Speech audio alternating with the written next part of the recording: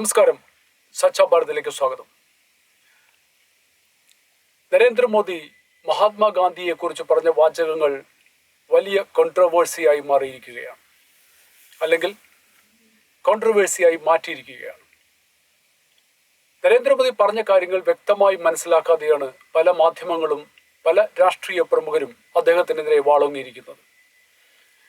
ABPക്ക് കൊടുത്ത ഒരു അഭിമുഖത്തിലാണ് നരേന്ദ്രമോദി പ്രതിപക്ഷത്തെക്കുറിച്ചും മറ്റ് ഭാരതത്തിലെ പാരമ്പര്യത്തെക്കുറിച്ചും പ്രതിപാദിക്കുന്നതിനിടെ മഹാത്മാഗാന്ധിയെക്കുറിച്ച് പറയാനിടയായത്. ABPയുടെ അഭിമുഖത്തിൽ റുമാന ഇസാഖാനും രോഹിത് സിംഗ് സാവലും സുമേന്ദുവും 3 പേരാണ് അദ്ദേഹത്തെ ഇന്റർവ്യൂ ചെയ്തത്. ഇന്റർവ്യൂ ചെയ്തതിന്റെ ആദ്യ ഭാഗത്ത് റുമാന ഇസാഖാൻ പ്രധാനമന്ത്രിയോട് ചോദിക്കുന്നു, പ്രധാനമന്ത്രിജി, വികസനത്തിന്റെ കാര്യമാണ്, അങ്ങ് വികസനവും പാരമ്പര്യവും ഒരേപോലെ കൊണ്ടു നടക്കുന്നു. 500 വർഷത്തെ അയോധ്യയെ പ്രതിപാദിച്ചുകൊണ്ട് അവർ ചോദിക്കാൻ, 500 വർഷത്തെ കാത്തിരിപ്പ് കഴിഞ്ഞു, ദിവ്യഭവ്യ രാംലല്ല അവിടെ പ്രതിഷ്ഠിതമായി, ഭൂരിപക്ഷത്തിന്റെ സഹിഷ്ണുതയുടെ സവിശേഷ പ്രതീകമായി അത് മുന്നിൽ നിൽക്കുന്നുണ്ട്. ഭൂമി പൂജ മുതൽ പ്രാണപ്രതിഷ്ഠ വരെയുടെ ചടങ്ങുകളിൽ അങ്ങയുടെ കയ്യൊപ്പമുണ്ട്. പ്രതിപക്ഷം പക്ഷേ അകന്നു നിന്നു. ഇനിയാണ് ഏറ്റവും സുപ്രധാനമായ ചോദ്യം. രാജ്യത്തിലെ സമൂഹം, സംസ്കാരം, പാരമ്പര്യം, മൂല്യങ്ങൾ എന്നിവയുമായുള്ള രാജ്യത്തിലെ പ്രതിപക്ഷ കക്ഷികളുടെ ധാരണയും ബന്ധവും ഈ തിരഞ്ഞെടുപ്പിൽ വിലയിരുത്തലാകുമോ എന്നൊരു ചോദ്യം. പ്രതിപക്ഷത്തെക്കുറിച്ചൊരു ചോദ്യമാണ്.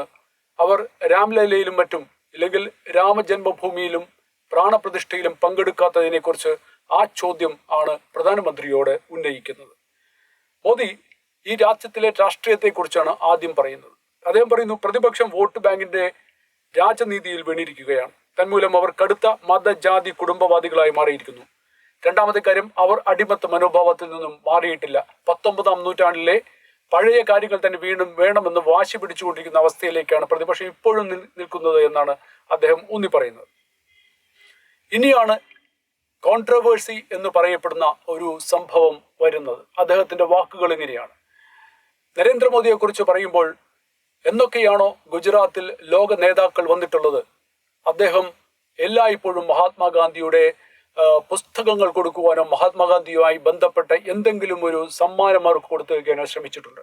മഹാത്മാഗാന്ധിയെ ഏറ്റവും അധികം സ്നേഹിക്കുന്ന ഗുജറാത്തുകാരനായ മോദി പറയുന്ന വാക്കുകളിലേക്ക് നമുക്ക് പോകാം. മഹാത്മാഗാന്ധി ലോകത്തിലെ തന്നെ മഹത് വ്യക്തിയായിരുന്നു. നമ്മുടെ ഉത്തരവാദിത്വമല്ലായിരുന്നോ കഴിഞ്ഞ പതിറ്റാണ്ടുകളിൽ അദ്ദേഹത്തിന്റെ ആദർശങ്ങൾ ലോകമാസകലം എത്തിക്കേണ്ടിയിരുന്നത്? ആർക്കും വേണ്ടത്ര പരിചിതനായിരുന്നില്ല അദ്ദേഹം. ഒരുപക്ഷെ അദ്ദേഹം പറഞ്ഞത് ലോകത്തിൽ എത്രത്തോളം മഹാത്മാഗാന്ധി പരിചിതനായിരിക്കണമോ അത്രത്തോളം ആയിരുന്നില്ല എന്നുള്ളതാണ്. മഹാത്മാഗാന്ധിയെ കുറിച്ചുള്ള സിനിമ ഇറങ്ങിയതിനു ശേഷം ലോകത്തിന് ഒരു ആകാംക്ഷയുണ്ടായി. എന്തൊരു നല്ല കാര്യമായിരുന്നു അത്. ഗാന്ധിയേക്കാൾ കുറഞ്ഞവർ ആയിരുന്നില്ല നെൽസൺ മണ്ടേലയും മാർട്ടിൻ ലൂതർ കിങ്ങും. അവർ ലോകത്തിന് സുപരിചിതരാണെങ്കിൽ എന്തുകൊണ്ട് ഗാന്ധിയെ ലോകം അത്രത്തോളം അറിഞ്ഞില്ല? വാക്കുകൾ നമ്മൾ ശ്രദ്ധിച്ചു മനസ്സിലാക്കണം. മാർട്ടിൻ ലൂതർ കിങ്ങും നെൽസൺ മണ്ടേലയും അറിയപ്പെട്ട അത്രയും മഹാത്മാഗാന്ധി അറിയപ്പെട്ടുവോ, ലോകത്തിന് പരിചിതമായിരുന്നുവോ എന്ന ചോദ്യമാണ് നരേന്ദ്രമോദി ഇവിടെ ഉയർത്തിയിരിക്കുന്നത്. ഞാൻ ധാരാളം യാത്ര ചെയ്തതിന്റെ അടിസ്ഥാനത്തിൽ പറയുന്നു, ഗാന്ധിയെയും ഗാന്ധി സംഹിതകളുടെയും പേരിൽ ഭാരതത്തിന് വലിയ അംഗീകാരം ലഭിക്കേണ്ടതായിരുന്നു. ലോകത്തിലെ പല വെല്ലുവിളികളുടെയും പരിഹാരത്തിന് ഗാന്ധിസത്തിൽ ഉത്തരമുണ്ട്. നമ്മൾ പലതും നഷ്ടപ്പെടുത്തിയിട്ടുണ്ട്. അദ്ദേഹം പറയുന്ന വാക്കുകൾ സാമാന്യ ബോധവും ബുദ്ധിയും വിവരവുമുള്ള ഒരു വ്യക്തിക്ക് മനസ്സിലാവുന്നതാണ്. ഗാന്ധി അറിയപ്പെടേണ്ട അത്രയും അറിയപ്പെട്ടില്ല എന്ന ഒരു ആകാംക്ഷയും സന്ദേഹവുമാണ് അദ്ദേഹം പങ്കുവച്ചത്. യഥാർത്ഥത്തിൽ ഗാന്ധി ലോകത്തിന് പരിചിതനല്ല എന്നുള്ളതല്ല, എത്രത്തോളം ഗാന്ധി പരിചിതനാവേണ്ടിയിരുന്നുവോ അത്രത്തോളം ഗാന്ധിയെ നമ്മൾ പരിചയപ്പെടുത്തിയോ അത് നമ്മുടെ ഉത്തരവാദിത്തമല്ലേ? ലോകത്തിന്റെ പല പ്രശ്നങ്ങൾക്കും പരിഹാരം മഹാത്മാഗാന്ധിയുടെ വചനങ്ങളും അദ്ദേഹം ഉയർത്തിക്കാട്ടിയ സഹിഷ്ണുതയും മറ്റുമല്ലേ എന്ന് നരേന്ദ്രമോദി വളരെ വ്യക്തമായിയാണ് ഇവിടെ ചോദിക്കുന്നത്. ഇവിടെ എവിടെയാണ് ഗാന്ധി നിന്ദയുള്ളത്?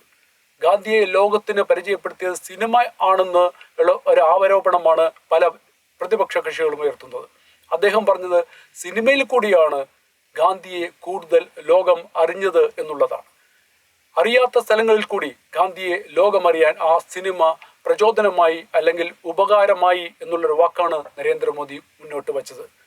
ഇപ്പോൾ അദ്ദേഹം പറയുന്നത് മഹാത്മാഗാന്ധിയുടെ വചനങ്ങൾ എത്തേണ്ട അത്രത്തോളം എത്തിയോ എന്ന ഒരു സന്ദേഹം പങ്കുവയ്ക്കുമ്പോൾ മഹാത്മാഗാന്ധിയെ കുറിച്ച് അദ്ദേഹത്തിന്റെ വാക്കുകളെ കുറിച്ച് വലിയ രീതിയിൽ പുകഴ്ത്തി പറയുമ്പോൾ അദ്ദേഹത്തിന് എതിരെ രാഷ്ട്രീയകരമായ നീക്കങ്ങൾ നടത്തുവാൻ വേണ്ടി മാത്രമാണ് ഇത്തരത്തിലുള്ള ഒരു വിചാരം അല്ലെങ്കിൽ ഇത്തരത്തിലുള്ള ആരോപണങ്ങൾ പ്രതിപക്ഷത്തിന്റെ ഭാഗത്തു നിന്നും ഉണ്ടായിട്ടുള്ളത്. മഹാത്മാഗാന്ധിയെ ഇകഴ്ത്തുകയല്ല, മറിച്ച് മഹാത്മാഗാന്ധിയെ പുകഴ്ത്തുകയാണ് അദ്ദേഹം ചെയ്തിരിക്കുന്നത് എന്ന് ഹിന്ദി അറിയാവുന്ന സാമാന്യ ബോധമുള്ള എല്ലാ വ്യക്തികൾക്കും അറിയാം. അദ്ദേഹം പിന്നീട് വീണ്ടും പറയുന്നു, ഒരുപക്ഷെ അത് പ്രസക്തമാവില്ല, മഹാത്മാഗാന്ധിയെ കുറിച്ചുള്ള ഒരു കോൺട്രവേഴ്സിയെ സംബന്ധിച്ച കാര്യങ്ങളല്ല അതിനുള്ളത്. പക്ഷെ എങ്കിൽ തന്നെയും അദ്ദേഹം വളരെ വ്യക്തമായിട്ട് പറയുന്നു, ഇതിൽ ഈ പ്രതിപക്ഷത്തിന്റെ സ്റ്റാൻഡ് എന്താണ് എന്നുള്ളതിനെ കുറിച്ച് വ്യക്തമായിട്ട് അദ്ദേഹം പിന്നീട് പ്രതിപാദിക്കുകയുണ്ടായി. അദ്ദേഹം പറയുന്നത്, ഗാന്ധിയെ അറിയിക്കേണ്ട നമ്മൾ അത്രത്തോളം അറിയിച്ചില്ല, ഒരുപക്ഷെ നമ്മൾ അറിയിച്ചതിനേക്കാൾ കൂടുതൽ ഗാന്ധി എന്ന സിനിമ ലോകത്തിന് ഗാന്ധിയെ കാണിച്ചു കൊടുത്തു. മറിച്ച് ഗാന്ധിയിലൂടെ ഇന്ത്യ എന്ന രാജ്യത്തെ പോലും ഗാന്ധിയിലൂടെ ലോകത്തിന് കൂടുതൽ പരിചയപ്പെടുത്താമായിരുന്നു എന്നുള്ളതാണ് അദ്ദേഹം പറയുന്നത്. വേറൊരു കാര്യം അദ്ദേഹം ഈ സന്ദർഭത്തിൽ ജനങ്ങളെ വിഡ്ഢികളാക്കുന്ന പരിപാടി പ്രതിപക്ഷത്തിന് മോദിയുടെ ചില കാര്യങ്ങൾ കൊണ്ട് നിർത്തേണ്ടി വന്നു. അവർ സ്വാഭാവികമായും ഇലക്ഷനുകളിൽ നേരിട്ട് ക്ഷേത്രങ്ങളിൽ പോവുകയാണ് പതിവ്. ഇപ്പോൾ അത് നിർത്തി. ഇപ്പോൾ ഇഫ്താർ പാർട്ടികളിലാണ് അവർ പോകാറുള്ളത്. പക്ഷെ ഈ ഇലക്ഷനിൽ ഇഫ്താർ പാർട്ടിയിലും ആളെ കാണുന്നില്ല എന്നുള്ളതാണ് നരേന്ദ്രമോദി മുന്നോട്ട് വയ്ക്കുന്നത്. രാഷ്ട്രീയപരമായിട്ട് വലിയ വലിയ സംഭവങ്ങളാവേണ്ട ഇഫ്താർ പാർട്ടികൾ ഇത്തവണ എന്തുകൊണ്ട് നടത്തിയില്ല എന്നുള്ളത് മോദി എഫക്ട് തന്നെയാണ് എന്ന് അദ്ദേഹം കൂട്ടി പറയുന്നു. അപ്പോൾ ഖാർഗെ മുന്നോട്ട് വയ്ക്കുന്ന ആശയം, ഖാർഗെ പറയുന്നത് നരേന്ദ്രമോദി മഹാത്മാഗാന്ധിയെ അധിക്ഷേപിച്ചു, അപഹസിച്ചു എന്നുള്ള രീതിയിലാണ്. യാഥാർത്ഥ്യത്തിൽ പ്രേക്ഷകർ മനസ്സിലാക്കേണ്ടത്, മഹാത്മാഗാന്ധി ഗാന്ധിസത്തിനെ എത്തിക്കേണ്ട അത്രത്തോളം നമ്മൾ ഭാരതീയർ എത്തിച്ചോ, ഇല്ലെങ്കിൽ കഴിഞ്ഞ 60 വർഷത്തെ ഭരണകാലത്ത് ഈ രാജ്യത്തിലെ നേതൃത്വത്തിൽ ഉണ്ടായിരുന്ന വ്യക്തികൾ എത്തിച്ചോ എന്ന ഒരു പ്രകടമായ ചോദ്യമാണ് അദ്ദേഹം മുന്നോട്ട് വയ്ക്കുന്നത്. ഒരുപക്ഷെ പലപ്പോഴും നമ്മൾ മുൻവശത്ത് പോലും നമ്മൾ മുൻ ദിവസങ്ങളിലും തെറ്റിദ്ധരിപ്പിക്കപ്പെട്ട മാതിരി 15 ലക്ഷം എന്ന ഒരു തുക നമ്മുടെയൊക്കെ പോക്കറ്റിലേക്ക് വരും എന്ന കള്ളപ്രചരണം നടത്തിയ മാതിരി ഹിന്ദി ആയതുകൊണ്ട് ഒരു കള്ളപ്രചരണം നടത്തിയാൽ ഈ ഇലക്ഷൻ കാലത്ത് നിലനിന്നു പോകാം എന്നുള്ള ഒരു ചിന്തയായിരിക്കാം ഒരുപക്ഷെ മല്ലികാർജുൻ ഖാർഗെയെ പോലെയുള്ള കോൺഗ്രസിന്റെ നേതാക്കന്മാരെ ഒരുപക്ഷെ പ്രചോദിപ്പിച്ചത്. പക്ഷേ സോഷ്യൽ മീഡിയയും മറ്റു മീഡിയയും വളരെ വേഗത്തിലായതുകൊണ്ട് മാത്രം ഇത്തരത്തിലുള്ള തട്ടിപ്പുകൾ ജനങ്ങൾ പെട്ടെന്ന് തിരിച്ചറിയുന്നു.